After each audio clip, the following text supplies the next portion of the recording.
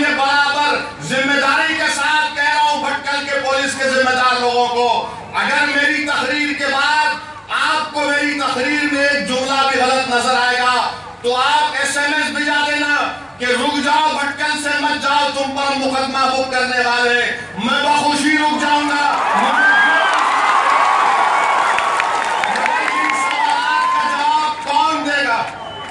ان سوالوں کا جواب کون دے گا؟ میرے عزیز نوجوانوں، میں تم سے کہہ رہا ہوں کہ اگر تم کو ان سوال کا جواب دینا ہے تو جمہوری طور پر ہم کو دینا ہے، نعروں کے ذریعے نہیں، جذبات میں آئے بغیر نہیں، بلکہ عملی سیاست میں حصہ لے کر۔ ارے 65 سال ہم نے ان کی غلامی کی، 65 سال ہم نے سیکولرزم کے کولی کا رول ادا کیا۔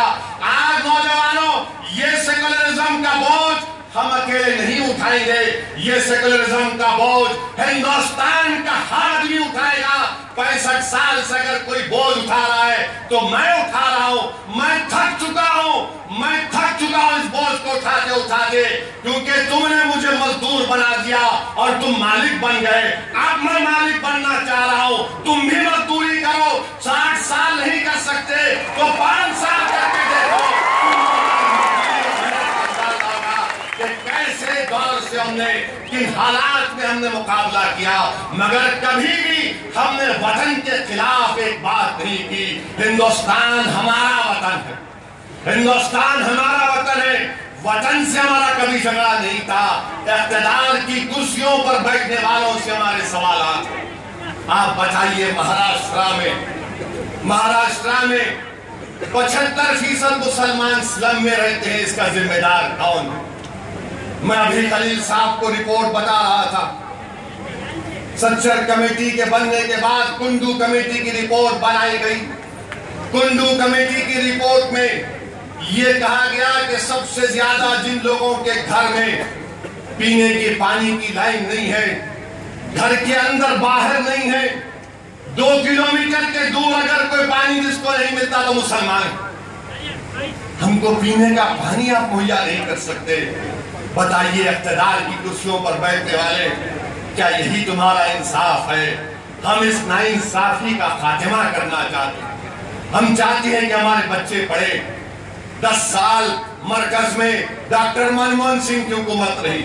مجھے بات کہتے ہوئے کوئی میں اپنے آپ کو روکنا نہیں چاہوں گا۔ یقیناً تاریخ ہندوستان میں اگر کسی وزیر اعظم نے مسلمانوں کے تعلق سے اگر کوئی کام کرنا شروع کیا تو ڈاکٹر منموہن سنگھ تھے، مگر 2009 کے بعد ڈاکٹر منموہن سنگھ کا رویہ بدل گیا، مگر انہوں نے کچھ کام کرنا شروع کیا تھا۔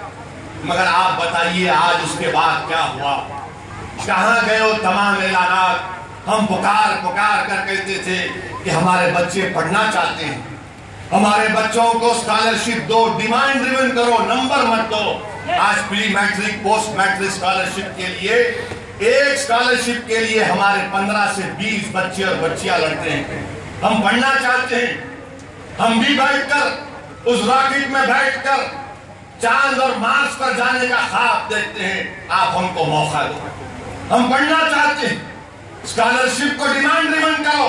یہ کیسا انصاف ہے کہ وہاں کرناٹک میں اگر 13% مسلمان ہیں، 1,40,00,000 کا بجٹ ہے اور 1% بھی مائنرٹیز کا بجٹ نہیں ہے، تو کیا انصاف ہم سے ہو رہا ہے؟ ہم یہی چاہتے ہیں، انصاف کرو ہم سے، ہمارے بچوں کو پڑھنے کے مواقع دو، ہمارے بچوں کو پڑھنے کے مواقع دو۔